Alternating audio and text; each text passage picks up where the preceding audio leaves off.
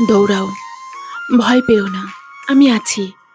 এই একটি বাক্য আজ কাঁদাচ্ছে পুরো বাংলাদেশকে। উত্তরা মাইলস্টোন স্কুল অ্যান্ড কলেজের সেই সাহসী শিক্ষক মেহেরিন চৌধুরী, যিনি তার শরীরের ৮০% দগ্ধ অবস্থায়ও ছাত্রছাত্রীদের আগে বাঁচানোর কথা ভাবলেন। নিজের জীবন হাতে নিয়ে বারবার বলে গেলেন, দৌড়াও, ভয় পেও না, আমি আছি। ক্লাসরুমে আটকে থাকা ছাত্রছাত্রীদের নিজ হাতে বের করে আনলেন একের পর এক।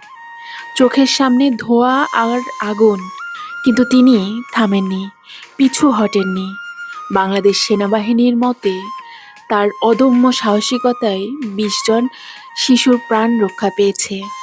উদ্ধার অভিযানে অংশ নেওয়া সেনা সদস্য বললেন, ম্যাডাম ভিতরে ঢুকে গিয়ে বাচ্চাগুলোরে বের করে দিছেন, তারপর উনিই বের হতে পারেন নাই।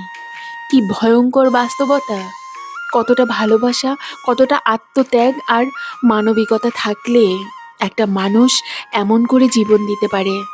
আমরা শুধু মেহরিন ম্যাডামকে হারাইনি, হারিয়েছি হাজারো মায়ের মমতা, একজন আদর্শ শিক্ষক, একজন সত্যিকারের মানবিক যোদ্ধা।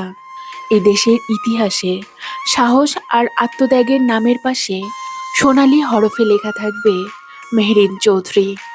বাংলাদেশ ধন্য, এমন একজন মহিয়সী নারীর জন্ম এই মাটিতে হয়েছে। শত শত সালাম সেই মা বাবার প্রতি, যাদের ঘরে জন্ম নিয়েছিল এমন এক আলোকবর্তিকা। আল্লাহর দরবারে আমাদের আকুল প্রার্থনা, মেহরিন ম্যাডামকে জান্নাতুল ফেরদাউসের সর্বোচ্চ মর্যাদা দান করুন। আজ আপনি শহীদ।